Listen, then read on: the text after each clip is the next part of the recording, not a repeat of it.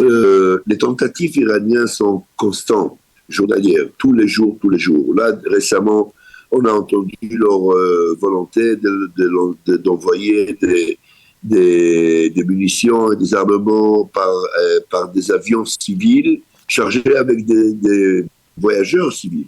Et à nous d'éviter par tous les moyens que ça se passe. Malheureusement, ça se passe. On n'arrive pas à atteindre 100% des cibles et des convois. Nous avons le plaisir d'être en ligne avec le colonel de réserve Meir Dahan. Meir, bonjour, Boker Tov. Bonjour, Boker Tov. Alors, on voit, parce qu'on avait annoncé que vous aviez été légèrement blessé, on va dire, lors de vos entraînements lundi, et on voit que vous êtes heureusement bien rétabli, et on voudrait parler avec vous ce matin de derniers développements sur le plan sécuritaire, et en particulier ce démantèlement apparemment d'un réseau en Turquie. Les Turcs affirment que ce réseau était espionné au profit du Mossad israélien. Il s'agit de près de 40 personnes, plus de 40 personnes qui seraient impliquées dans ce réseau. 7 d'entre elles ont été arrêtées. Alors, on se pose la question, ce n'est pas la première fois que l'on entend parler de réseaux du Mossad israélien ou affiliés au Mossad israélien qui agissent en Turquie. Quelle est leur mission, si c'est effectivement le cas ? Tout d'abord, éviter à ce que des agents israéliens se traînent partout dans le monde pour accumuler des renseignements, alors que des locaux peuvent le faire 1000 fois mieux. Et on n'intervient pas des Israéliens dans des endroits difficiles, là où ça peut devenir une situation compliquée du point de vue sécurité de ces personnes et du point de vue politique, surtout en Turquie et des pays comme ça. Et c'est plus facile. C'est le cas, par exemple, aussi dans des pays comme l'Iran. C'est aussi le mode de fonctionnement du Mossad israélien ces dernières années ? On peut imaginer. On peut imaginer, effectivement. Alors, est-ce que ce genre de révélation, ce genre de démantèlement, ça peut porter atteinte à ces relations, on va dire, toujours un peu chaotiques entre la Turquie et Israël ? On parle ces derniers... Pas du tout. Vous savez, il y a dans ce jeu, il y a des règles non officielles acceptées. Ne croyez pas que les Turcs ne font pas du travail au monde de Jérusalem ou dans le territoire. Ils font leur travail aussi et je suis sûr que les services israéliens sont au courant et ils savent qui, quoi, comment et pourquoi. Et parfois on le laisse faire, parfois on le demande. Mais parfois on travaille ensemble, non ? Puisque on a vu il y a quelques mois de cela, on avait vu... Voilà. Il y a quelques mois, il y a eu l'alerte à plus haut niveau parce qu'il y a eu des équipes iraniennes traînées à Istanbul à la recherche des cibles israéliens juifs ou juifs.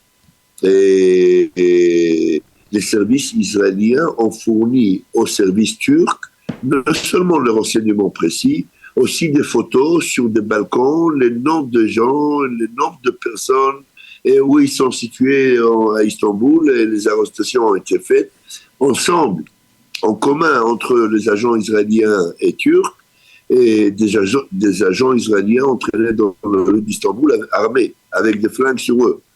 Alors, une collaboration pareille, on voit rarement.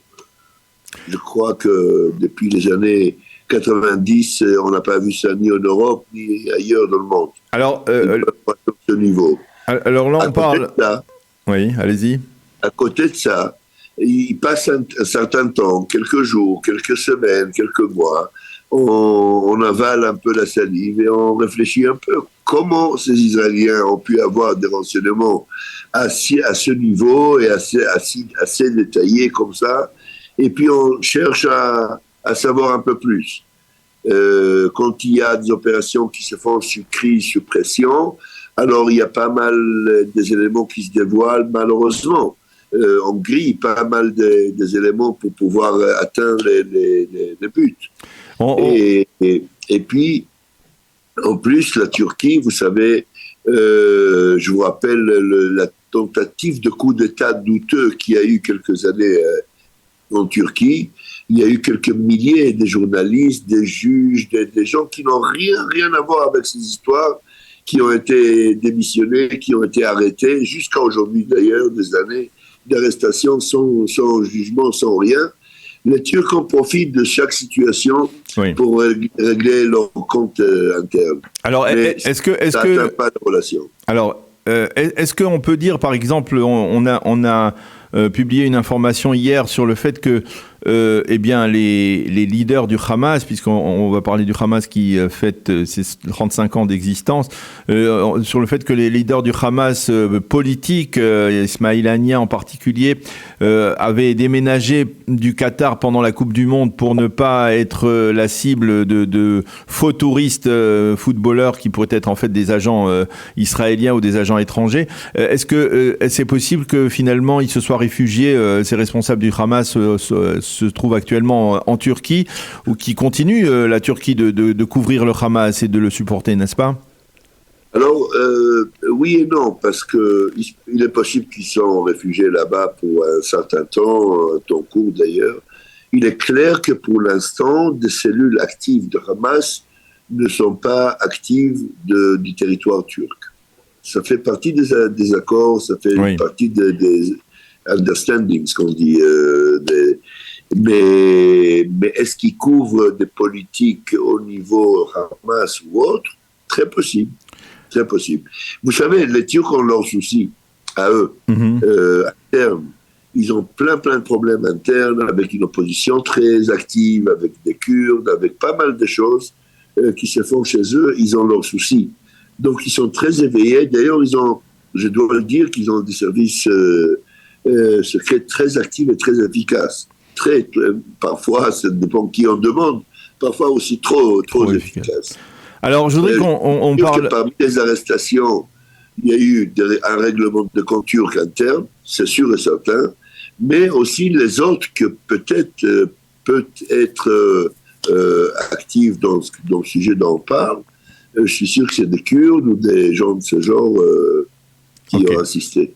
Alors, je voudrais avoir votre réaction. Il y a pas mal qui travaillent dans le monde entier, qui font ce genre de travail sans savoir pour qui ils le font, d'ailleurs.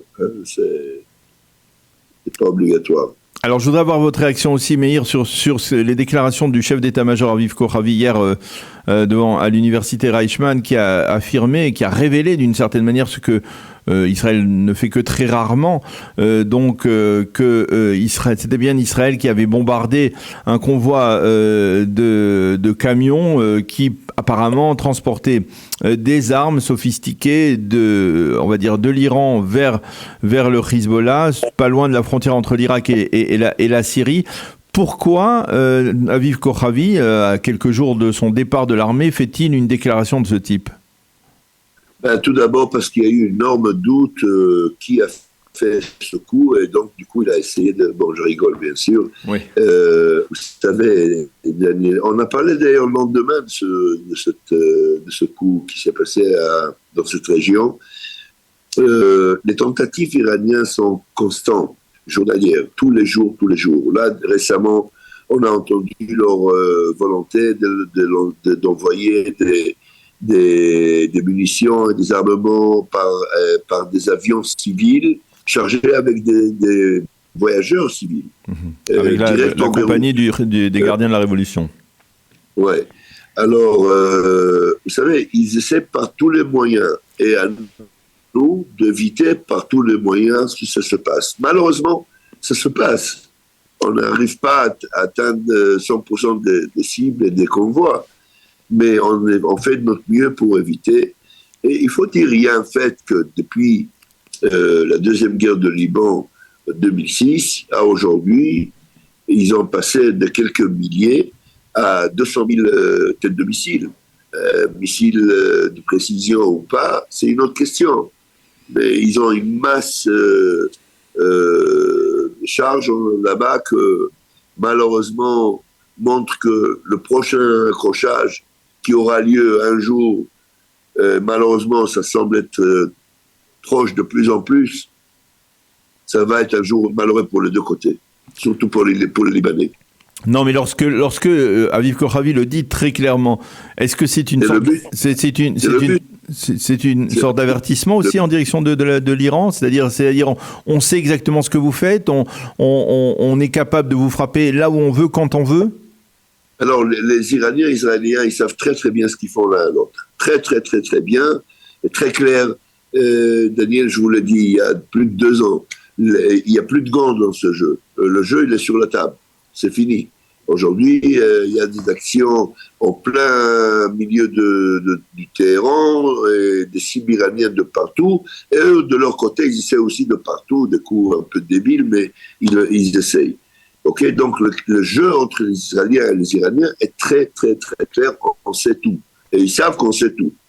Okay. Ce message est plutôt lancé à un genre de préparatif aux populations libanaises, à l'opinion internationale et aussi, malheureusement, aux Israéliens aussi, pour leur dire, on fait notre travail, on défend, on fait des essais, enfin, on fait de notre mieux, mais sachez que là-bas, si on a atteint le camion numéro 8, il y a eu sûrement le camion numéro 13 dans un convoi quelconque qu'on a dû rater.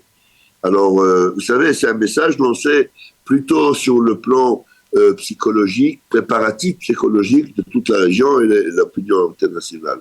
C'est de dire les choses telles qu'elles sont. Et vous savez, ce jour d'accrochage sera, encore je le répète, un jour très, très, très malheureux, surtout pour le Libanais. Oui, on le sait, effectivement, les Israéliens ne cachent pas que si effectivement il devait y avoir des tirs de la part du Hezbollah en direction d'Israël, eh bien c'est le Liban entier qui ferait les frais de cette attaque, n'est-ce pas? Il a dit, Eisenkot, il a dit ça. Pourquoi il n'y aura pas une troisième guerre de Liban? Ça sera la dernière guerre de Liban. Et malheureusement, c'est parce qu'ils ne nous laissent pas le choix. Ils ne laisseront pas le choix. La quantité de charges qu'ils ont là-bas et l'endroit où ils le cachent, où ils l'abritent, ne laisse aucune autre possibilité mais de s'attaquer à fond sans aucune réflexion. Eh bien, colonel Meir Dahan, merci beaucoup d'avoir répondu ce matin à nos questions. On vous souhaite passer une agréable journée. À bientôt. Shalom, shalom.